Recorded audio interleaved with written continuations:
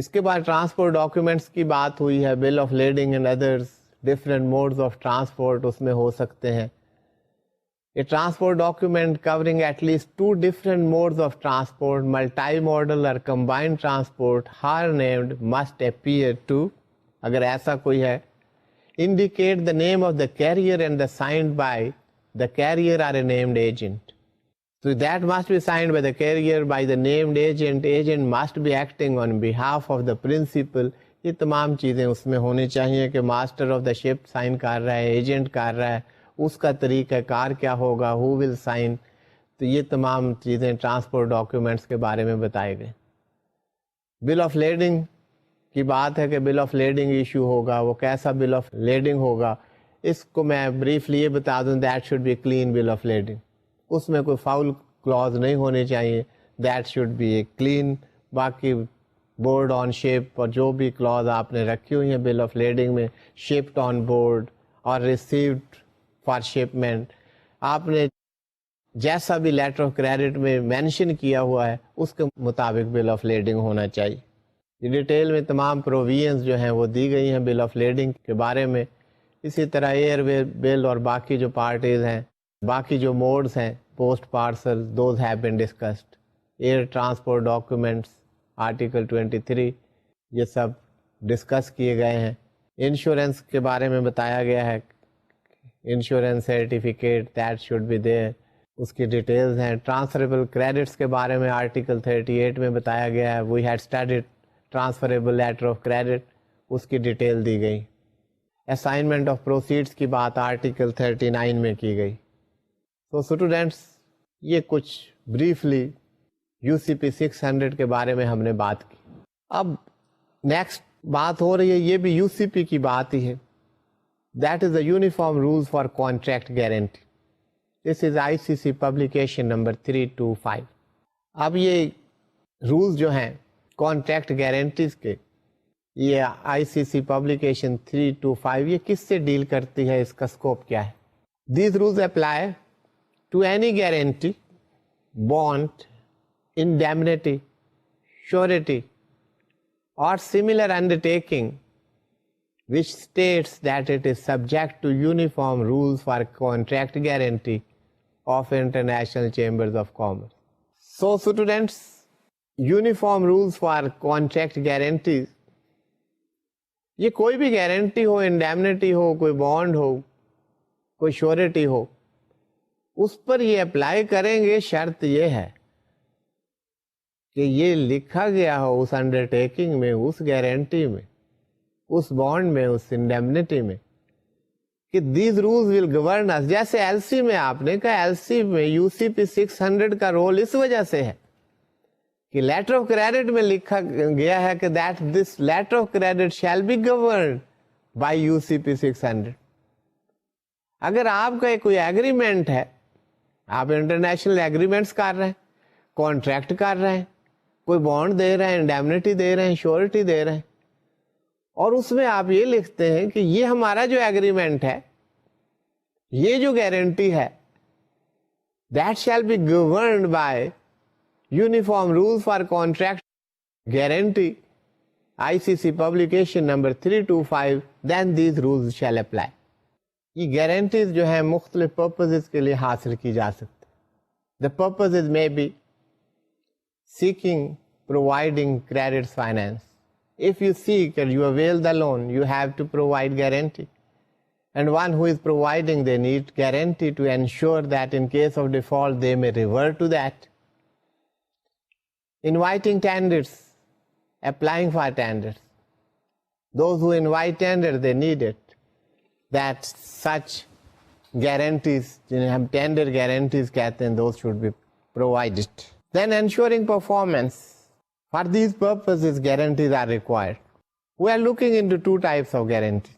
Tender guarantees and performance guarantees. What these guarantees are. Tender guarantee میں ہوتا کیا ہے کہ جب ٹینڈر انوائٹ کیے جاتے ہیں, different parties apply. There is a party who is successful party. اس کے بعد that party will enter into contract to perform that contract. پہلے ایک ٹینڈر کے اپلائی کرنے کے لیے پھر اس کی پرفارمنس کے لیے ایک علیحدہ کانٹریکٹ ہوگا جسے ہم پرفارمنس کانٹریکٹ کہیں. ٹینڈر میں یو آر سکسیسفل اور اس کے بعد آپ ریفیوز کر دیتے ہیں کہ I don't want to enter into contract. تو یہ گارنٹی اس بات کی دی جا رہی ہے کہ ٹینڈر میں if you are the successful you will enter into performance contract. اگر نہیں ہوں گے تو اسٹیپولیٹڈ اماؤنٹ آپ کو پے کرنی پڑے. That is the just of it. تو ٹینڈر گارنٹی آپ دیکھیے slide per what is stated over there. In this type of guarantee, the guarantor undertakes that in the event of default by the tenderer, that is the principal, in fulfillment of his obligation resulting from the submission of tender, to make payment to the beneficiary within the limits of a stated sum of money. یہ بات میں آپ کو explain کر چکا ہوں. یہ technical words میں یہ ڈیفینیشن آپ کے سامنے. اسی طرح پرفارمنس گارنٹی, یہاں پر پرفارمنس پر انسسٹ کیا جاتا ہے. بڑے بڑے کانٹریکٹس ہوتے ہیں, آپ نے موٹر وے کا کانٹریکٹ کیا ہے اور وہ درمیان میں ہی جو ہے وہ اس کو چھوڑ کے چلے جاتے ہیں. یہ according to the specifications and the plans and the designs that is not being constructed. تو performance is not according to the terms and conditions, یا performance at all there is no performance. تو اس صورت میں performance guarantees لی جاتے ہیں. It is an undertaking given by bank guarantor whereby the guarantor undertakes to make payment to the beneficiary within the limits of the stated sum of money on non-performance of certain contractual obligations of the contract. یہاں non-performance کی بات, it is usually for a fixed percentage of 5 to 10% of the contract value. تو یہ performance guarantees جو ہیں issue کی جاتی ہیں. اب ہم بات کر رہے ہیں uniform rules for demand guarantees. اب ان گارنٹیز میں ایک سٹیج یہ ہے, ابھی تک ہم یہ بات کرتے رہے کہ وہ ٹینڈر گارنٹی ہے, پرفارمنس گارنٹی. اب یہ گارنٹی دینے والے کون؟ کوئی بینک, انشورنس کمپنیز, یہ گارنٹیز ایشو کر رہے ہیں. تو یہاں پر نان پرفارمنس کی وجہ سے ڈیمانڈ آ جاتی ہے کہ جی that has not be performed, آپ نے گارنٹی ایشو کی, آپ اس کو پے کریں. That is the demand of that guarantee, اس کو کہتے ہیں. What are the rules for that? یہ نہیں کہ وہ آ جائیں کہ جی یہ پیمنٹ کر دیں, یہ گارنٹی ایشو ہوئی. یہاں پہ ریسپیکٹو پارٹیز کے رائٹس جو ہیں وہ کیسے سیف گارڈ ہوتے ہیں, یہ مین پوائنٹس کچھ بریفلی میں آپ سے بات کر رہا ہوں. ڈیٹیلڈ آرٹیکلز جو ہیں those shall be provided you in the form of the handouts, اور وہاں سے آپ کو تمام ڈیٹیلز کا پتہ چلے. پہلی بات تو یہ کہ demand is required to be made by the beneficiary to the issuing bank in accordance with the terms of guarantee and before its expiry. اگر یہ بینک نے ایشو کی ہے, انشورنس کمپنی نے ایشو کی ہے, تو اس کو ڈیمانڈ کرنی پڑے گی. ڈیوٹی آف دی گارنٹر, وہ بینک یا انشورنس کمپنی جس نے وہ گارنٹی ایشو کی ہے, اس کی ڈیوٹی کیا ہے؟ To pay to the beneficiary the amount stated on demand. وہ ڈیمانڈ گارنٹی ہے تو وہ اماؤنٹ اس کو پے کرنی پڑے گی. اب ایسی گارنٹیز کے لیے پہلی بات یہ کہ آپ جب گارنٹی دے رہے ہیں تو یہ بینک کی رسپانسبلٹی ہوگی, ڈیمانڈ ہوگی تو پیمنٹ کرنی پڑے گی. تو پہلے تو وہ اپنے آپ کو سیف گارڈ کرنے کے لیے کاؤنٹر گارنٹی لیتے ہیں. All instructions should be very clear and precise in demand guarantee کے جو رولس ہیں ان میں بتایا گیا. اس گارنٹی میں یہ اسٹیپولیٹ کرنا چاہیے all parties, those are required to be stipulated, principal, beneficiary, guarantor کون کون. ابھی ڈیمانڈ کی بات نہیں کر رہے. اب specify the underlying transaction for which the guarantee issued, that should be specified while issuing guarantee. Maximum amount along with the currency in which the amount is payable, expiry date, terms for demanding payment. یہ important بات کہ demand تو آپ کریں گے, اس کی شرائط کیا ہے. ایک آپ کا کانٹریکٹ ہے, آپ کہیں کہ جناب آپ نے ڈیمانڈ کرنی ہے تو آپ آرکیٹیکٹ کی رپورٹ لائیں گے کہ it is not according to design. وہ ٹرمز کیا ہیں اس کے مطابق ڈیمانڈ ہوگی. All guarantees and counter guarantees shall be revocable. Guarantee shall be effective from the date of issue. آپ ڈیمانڈ پہ کرنا کیا ہے؟ Documents inconsistent with the terms shall be refused by the guarantor. وہ جو ٹرمز ہیں ان کے مطابق ہونے چاہیے. یہاں پر بھی examination of the documents by guarantor in reasonable time. In case of deciding refusal by the guarantor, beneficiary should be notified immediately. اگر وہ کوئی ڈسکرپینسی ہے, وہ ڈاکیومنٹس نہیں سبمٹ کیے, ڈیمانڈ پوری نہیں کرنا چاہتا گارنٹر, تو بینیفیشری کو فوری طور پر بتائے. Guarantor to act in good faith and with reasonable care. تو یہ تمام چیزیں کرنی پڑیں گی in case of the demand guarantees by the guarantor, اور بینیفیشری کو بھی according to the stipulations of that guarantee وہ ڈاکیومنٹ سبمٹ کرنے پڑیں. سو اسٹوڈینٹس, آج کا لیکچر ہم یہیں پر ختم کرتے ہیں. Thank you for being with me. اللہ حافظ.